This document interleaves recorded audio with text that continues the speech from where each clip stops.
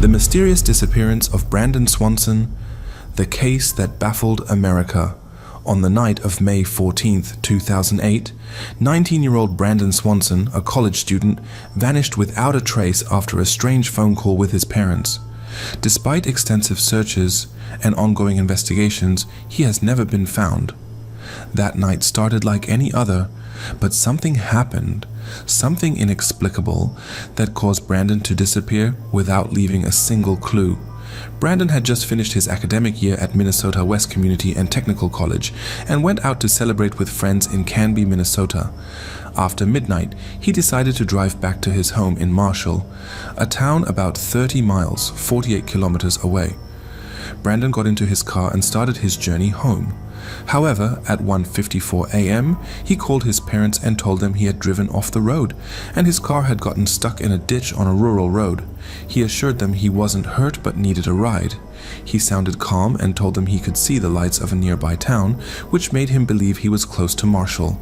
His parents immediately got into their car and followed his directions to find him. Meanwhile, Brandon stayed on the phone, walking along the road to reach a more accessible spot. But then, things took a terrifying turn. After about 47 minutes on the phone with his father, Brandon suddenly exclaimed in a panicked voice, "Oh shit!" And then, the call went dead. His father tried calling him back several times, but his phone went straight to voicemail. Brandon had vanished. When police found his car, they realized he was not near Marshall at all. Instead, he was about 25 miles, 40 kilometers away in a completely different direction. The car was intact, its doors were closed, and the keys were missing. Search teams, helicopters, and tracking dogs scoured the area, but there was no trace of Brandon. His footprints were found leading away from the car, suggesting he had walked for miles. But then, something eerie happened. The footprints suddenly stopped near a small river. The tracking dogs lost his scent completely, as if he had vanished into thin air. Theories about his disappearance. 1. He fell into the river. One of the most common theories is that Brandon accidentally fell into the river while walking in the dark, but no evidence supports this. The river wasn't deep and no body was ever found. 2. He was kidnapped or murdered.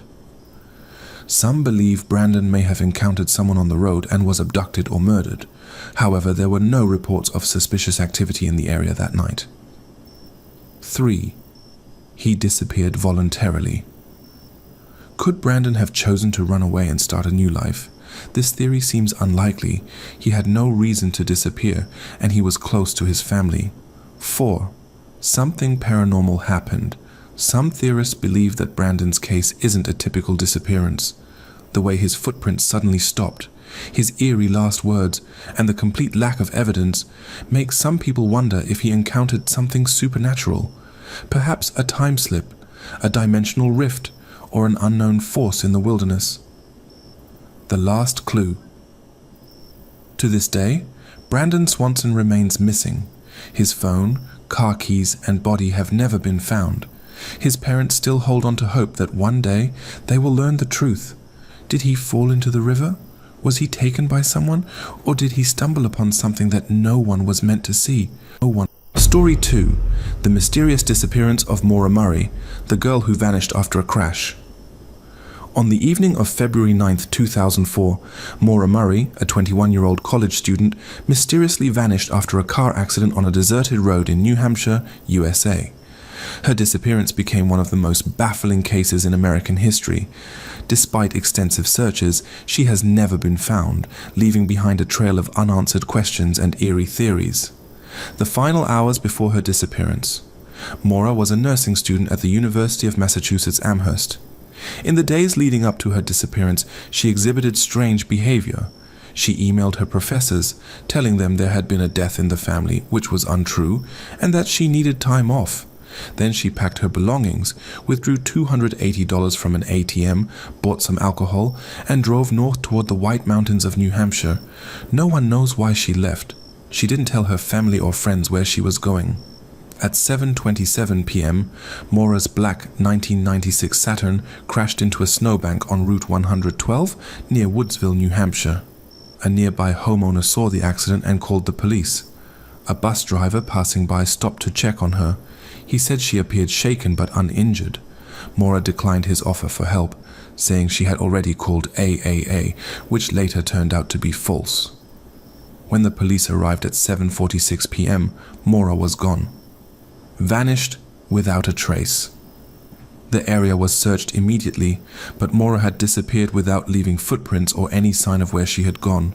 Her car was locked, and inside, investigators found a box, a bottle, her school books, a printed email about her boyfriend's cheating scandal, but her wallet, credit cards, and cell phone were missing, and no calls were made from her phone after the accident. Theories about Mora's disappearance. Is once she ran away. Some believe Mora planned to disappear intentionally. She packed her belongings, withdrew cash, and seemed to be heading to the mountains for an unknown reason. But if she planned this, why leave behind alcohol and school books? 2. She was abducted. Others think Mora might have accepted a ride from a stranger after her crash, only to encounter foul play. But there were no reports of suspicious vehicles or individuals in the area at that time. 3. She died in the woods. Could Mora have wandered into the freezing wilderness and succumbed to the cold? The police searched the forest extensively but found no body, clothing, or footprints leading away from the road. 4. A mysterious connection.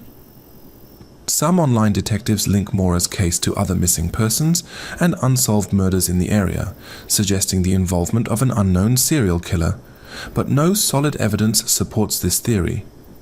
The last clue. Years later, investigators discovered a torn piece of fabric near the woods that resembled Mora's clothing, but DNA results were inconclusive. To this day, no one knows what happened to Mora Murray. Was she running from something? Did she meet the wrong person at the wrong time?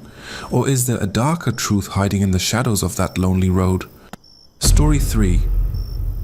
The case of JonBenet Ramsey remains one of the most baffling and widely publicized mysteries in American criminal history. JonBenet Patricia Ramsey, a 6-year-old beauty queen from Boulder, Colorado, was found murdered in her family's home on December 26, 1996. Her death sparked national outrage and continued media attention due to the peculiar circumstances surrounding the case, leading to endless speculation and debate. Background of JonBenet. JonBenet was the youngest child of John and Patsy Ramsey. She had an older brother, Burke, who was 9 years old at the time of the incident. JonBenet had participated in child beauty pageants, a controversial decision that some critics say may have contributed to the public's intense interest in her life and death. She was described as an energetic and bright child, loved by her family and friends. The discovery of JonBenet's body. On the morning of December 26, 1996, Patsy Ramsey discovered a ransom note on the staircase of their home.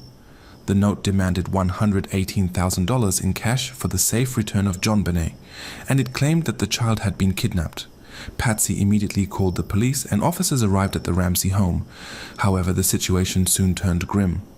Hours later, JonBenet's body was found in the basement of the house. She had been strangled with a garrote, a homemade weapon made from a cord, and there were signs of blunt force trauma to her head. The discovery of her body in the family home, despite the ransom note suggesting a kidnapping, raised many questions. The police initially believed the family might have been involved in some way, as the ransom note seemed staged, and no signs of forced entry into the house were found. The investigation. The investigation quickly turned into one of the most publicized in American history. The police faced criticism for mishandling the initial stages of the case, especially when they allowed the Ramsey family to remain in the home and even let them interact with the crime scene. The authorities were also criticized for not securing the home and for allowing numerous people, including friends and family members, to enter the crime scene. The ransom note was peculiar in many ways. It was unusually long and detailed, including phrases that seemed unnatural, such as, "We are a group of individuals that represent a small foreign faction." There was also the fact that the amount demanded, $118,000, was almost identical to John Ramsey's annual bonus from his company, raising suspicions that the writer knew details about the family's finances. The police and FBI also questioned the authenticity of the note, speculating that it could have been written by someone close to JonBenet or even a family member. The Ramseys as suspects. As the investigation progressed, both John and Patsy Ramsey came under suspicion, primarily because the evidence didn't point to an outsider. The media began to sensationalize their involvement, with some outlets even suggesting that they had killed JonBenet and staged the scene to look like a kidnapping. The Ramseys were subjected to intense public scrutiny, but they consistently maintained their innocence. The intruder theory. The police also investigated the possibility of an intruder breaking into the Ramsey home and killing JonBenet. Several theories were proposed, but no conclusive evidence was found to support this. A series of forensic tests were conducted, but there were no clear fingerprints or DNA belonging to an outsider. However, there were some clues that could not be easily explained. For example, a boot print was found in the dirt in the basement, but no matching prints were found from anyone inside the house. There was also a claim by a family friend that a suspicious figure was seen lurking near the Ramsey home the night of the murder. The DNA evidence. In 1997, DNA testing was performed on evidence collected from the crime scene, including hair and blood samples. The results pointed to an unknown male, not matching anyone from the Ramsey family. The DNA found on JonBenet's clothing was never linked to any known suspects, further complicating the investigation. Over the years, the case grew colder, and the lack of conclusive evidence led to many theories about who could have been responsible. Some believed that the DNA evidence might point to an unknown intruder, while others speculated that it was someone with a personal connection to the Ramseys. The Boulder Grand Jury indictment. In 1999, a Boulder grand jury voted to indict the Ramseys on charges of child abuse resulting in death, but the indictment was not pursued by the district attorney, who stated that the evidence was not strong enough to bring charges. This decision was controversial and further fueled the public's uncertainty regarding the investigation. The 2008 breakthrough. In 2008, after years of legal battles and public backlash, the Boulder District Attorney officially cleared the Ramsey family of any involvement in JonBenet's death. DNA testing, which had improved over the years, was crucial in this decision. The authorities concluded that an unknown male DNA profile found on JonBenet's clothing was not linked to the family members. This new analysis led many to believe that JonBenet had been murdered by an intruder. Public opinion and ongoing speculation. Despite the official closure of the case, many questions remained unanswered. The Ramseys, who had faced years of media accusations and public opinion against them, continued to maintain their innocence until their deaths. Patsy Ramsey passed away from ovarian cancer in 2006, while John Ramsey has continued to advocate for the case to be solved. The JonBenet Ramsey case continues to spark debate and speculation. Some believe the family was involved, while others are convinced an intruder was responsible. The lack of a definitive answer has left a lasting impact on both the Ramsey family and the American public, with the case remaining one of the most infamous unsolved crimes in modern American history. The mystery of JonBenet Ramsey's death is unlikely to be fully resolved, as it is a case filled with contradictions, missteps in the investigation, and unclear evidence. The public's fascination with the case, fueled by media coverage and a series of theories, has only added to the intrigue. Despite extensive efforts to uncover the truth, the identity of JonBenet's killer remains a haunting and unresolved question. Story 4. The mysterious disappearance of Lisa Titchim. The case of Lisa Titchim, a 21-year-old student from Alabama, remains one of the most perplexing missing person cases in the United States. Her sudden disappearance in May 1985 left her family, friends, and the police grappling for answers. Despite years of investigation, the mystery surrounding her disappearance remains unsolved. The last day. Lisa Titchim was a bright young woman who had just finished her sophomore year at the University of Alabama.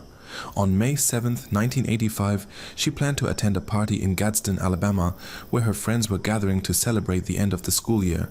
Lisa left her home around 7:30 p.m., planning to meet up with friends. She was last seen at a gas station along the way to the party. Lisa's mother, Nancy Titchim, recalls, "Lisa had promised me she would be home by midnight. She wasn't the type of girl to disappear or miss curfew. But when the clock struck 1 a.m., I started to worry. Around 10:30 p.m., Lisa stopped at a local gas station, which was the last confirmed sighting of her. She was seen chatting with a man in his late 20s at the station. The conversation was reported as normal, and nothing seemed out of the ordinary. The disappearance. When Lisa didn't arrive at the party or return home that night, her family began to panic. The next morning, Lisa's car was found parked on a secluded road just a few miles from where she had last been seen. The vehicle was locked, and no signs of a struggle were found. The keys were still in the ignition, but Lisa was nowhere to be found. Nancy Tickham recalls the moment she first realized something was seriously wrong. "I remember standing in front of her car, hoping she was just going to walk out from behind the trees, saying she had gotten a ride. But nothing. Just silence." A search began immediately. Authorities scoured the area near the gas station, the surrounding woods, and even the nearby rivers, but there was no trace of Lisa. The authorities interviewed her friends, hoping someone could provide information, but all leads came up empty. The investigation. As the investigation continued, detectives uncovered a strange fact. The last person Lisa was seen with at the gas station had not been identified. A few days after her disappearance, a composite sketch of the man was circulated, but no one came forward with any substantial information. It was speculated that the man might have been a stranger or someone who had been watching Lisa. Despite the efforts of local authorities and private investigators, there was no clear evidence as to what happened to Lisa after she left the gas station. Several theories began to emerge, including kidnapping, foul play, or even the possibility that Lisa had run away. But none of these theories were substantiated. The family's struggle. Nancy Tickham was relentless in her search for answers. She spoke to local media outlets, attended every meeting related to the case, and even hired private investigators to look into the disappearance. She recalls, "I could feel it in my bones that Lisa wasn't just missing. Something bad had happened. I couldn't stop thinking about the man she had spoken to at the gas station." Over the next several months, the family received numerous tips from the public, but all of them proved to be dead ends. One of the most disturbing calls Nancy received came from a woman who claimed to have seen Lisa in a nearby town, but when authorities followed up, they discovered it was a hoax. New evidence. The mysterious tip. More than a year after Lisa's disappearance, a new lead came in. An anonymous caller told the police that they knew where Lisa's body was hidden, leading investigators to a remote part of the woods. A search was conducted in that area, but no body was found. This prompted further public speculation that Lisa had been abducted and possibly murdered. In 1987, 2 years after Lisa went missing, a chilling discovery was made. Human remains were found in a remote area just outside Gadsden, Alabama. The remains were identified as Lisa Tickham's. The discovery was made after a local man, who had been walking his dog in the area, noticed bones protruding from the ground. The man, who wished to remain anonymous, shared his experience. "I was walking along the trail when I noticed something that didn't look right. There were pieces of cloth and bones scattered in the area. At first I thought it might have been animal remains, but when I looked closer, I knew it wasn't. I called the authorities right away." The investigation's turning point forensic experts were able to confirm that the remains belonged to Lisa Tickham. However, they could not determine the cause of death with certainty due to the condition of the body. The discovery left many questions unanswered. How did Lisa end up so far from where her car was found? Who was responsible for her death? Local authorities speculated that Lisa might have been abducted by someone who had been watching her for some time. The police even considered the possibility that the man she spoke to at the gas station could have been involved in her disappearance, but no concrete evidence linked him to the crime. One of the lead investigators, Detective Michael Simmons, explained, "We're left with more questions than answers. The man at the gas station remains a mystery and we can't prove anything conclusively. Unfortunately, we don't have enough evidence to bring anyone to justice." Theories and speculation. There are several theories about what happened to Lisa. Some believe that she was abducted by a stranger, while others suspect someone close to her might have been involved. A few even speculate that Lisa's death may have been accidental, possibly the result of an encounter gone wrong. The police also investigated the possibility that Lisa had been a victim of a serial killer who had been active in the area at the time, though this theory was never substantiated. Despite numerous interviews, DNA tests, and forensic investigations, the killer was never identified. Closure and ongoing questions. In 1991, Lisa's case was officially closed. While her remains were found, the circumstances surrounding her death remained an enigma. Her family never gave up hope of finding out the truth, but the lack of answers was devastating. Nancy Teacham, still grieving her daughter's loss, says, "We will never know why Lisa was taken from us, but I believe that someday the truth will come out. Someone knows what happened to her." The case of Lisa Teacham's disappearance continues to haunt the town of Gadsden, and it serves as a painful reminder of how quickly someone can vanish without a trace. Though answers may never come, her story remains a chilling example of how some mysteries remain unsolved. Conclusion.